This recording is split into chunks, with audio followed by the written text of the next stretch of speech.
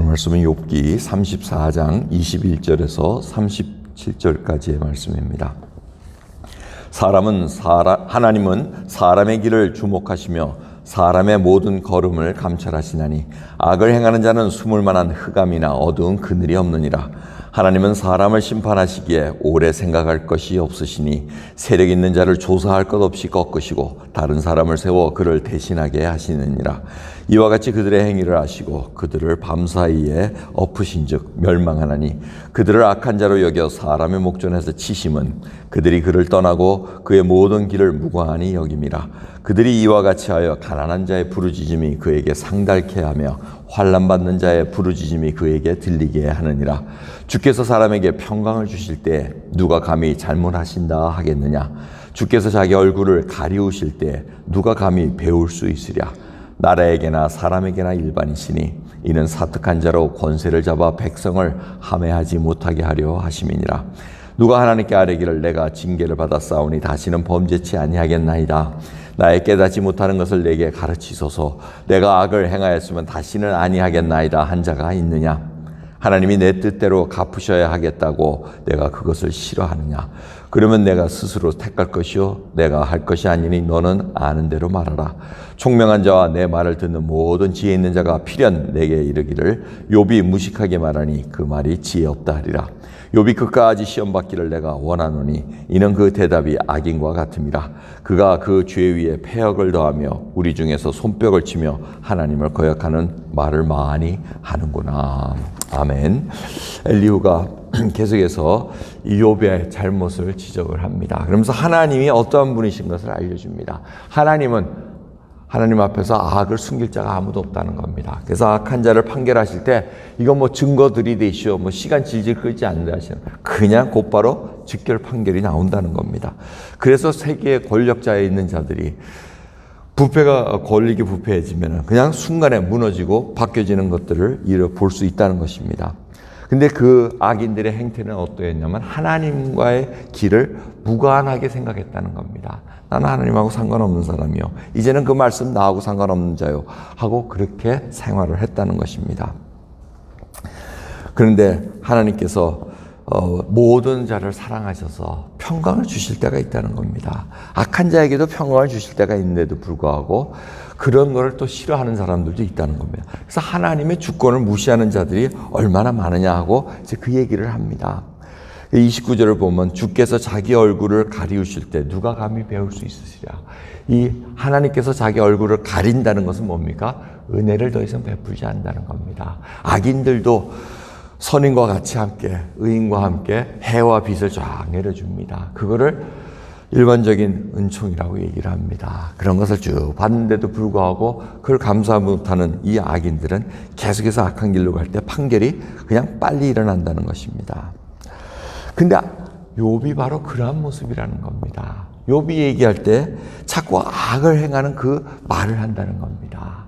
하나님께 자꾸 대들면서 하나님의 의의가 아무것도 아닌 것처럼 자기가 의롭다는 식으로 얘기하는 이 말을 왜 하고 있느냐는 것을 지적을 합니다. 그래서 이 엘리야가 답답하니까 욥 당신이 받는 시험이 계속되기를 원한다고 얘기하면 왜? 깨달으라는 얘기, 그 얘기를 하고 있습니다.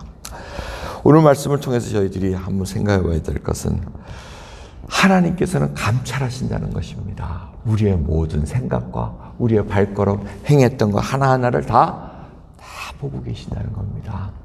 근데 때를 기다리시면서 사람이 뭘 고난을 받으면 그 자기 길에서 하나님 잘못했습니다 돌아서는데 그 일이 얼마나 지혜로우냐 이렇게 얘기를 합니다. 근데 그렇게 하는 사람이 없다는 겁니다.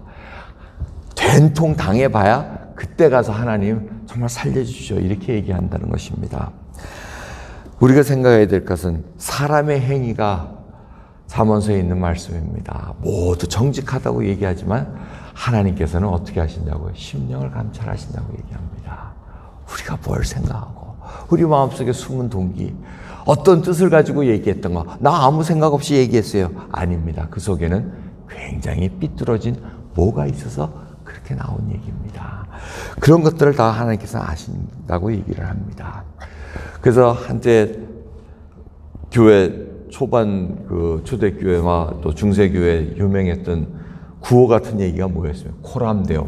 라틴어의 그 코람데오라는 하나님 앞에서 라는 그 말씀이 얼마나 중요한 말씀인지 모릅니다. 지금은 많이 폐색됐지만은 마틴 루터도 종교개혁 할 때 자기가 진실된 것을, 진리인 것을 하나님 앞에서 내가 어떻게 가릴 수 있느냐 하고 하나 코람데오라는 그 단어를 얘기를 합니다.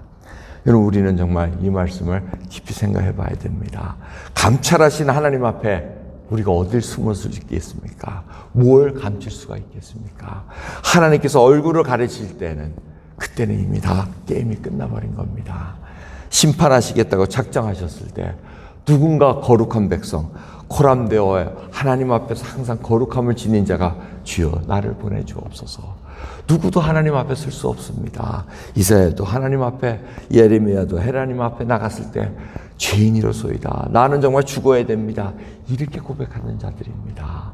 그러니 저희들도 그렇게 고백할 수밖에 없지만은 예수 그리스도의 은혜로 주여 오늘도 하나님의 자녀된 그 길을 열어주셨기에 주님 하나님 앞에서 감찰하신 하나님 앞에 내가 씁니다. 보낼 곳이 있으면 저를 보내주시옵소서. 그것이 알고 골짝 같더라도 내 생명을 바쳐야 되는 그 길일지라도 주여 보내주시옵소서. 거룩한 백성이기에 그 말을 할 수 있다는 것입니다. 오늘 이 시간 감찰하신 하나님 앞에, 얼굴을 숨기지 않으시는 하나님 앞에 은혜를 주실 때 은혜를 받을 수 있는 저희들 되기를 원합니다. 간구하시고 갈망하는 마음으로 진정 시편 8편의 말씀처럼 사람이 무엇이간데 인자가 무엇이간데 나를 공고하시나이까, 나를 생각하시나이까, 내게 은혜를 베푸시나이까 기도하시겠습니다. 하나님, 저희가 무엇이간데 예수 그리스도를 통해서 생명의 길을 허락하셨나이까, 저희가 무엇이간데 오늘도 은혜를 베푸시려고 저희들을 부르셨나이까. 주여, 저희들이 간구하나이다. 하나님의 은혜가 아니고서는 하루도 살아갈 수 없다는, 한순간도 살아갈 수 없다는 것을 고백드리오니 주님 얼굴을 가리우지 마옵시고 저희들에게 족한 은혜 부어주옵소서. 감사드리며 예수 그리스도의 이름으로 기도드리옵나이다. 아멘.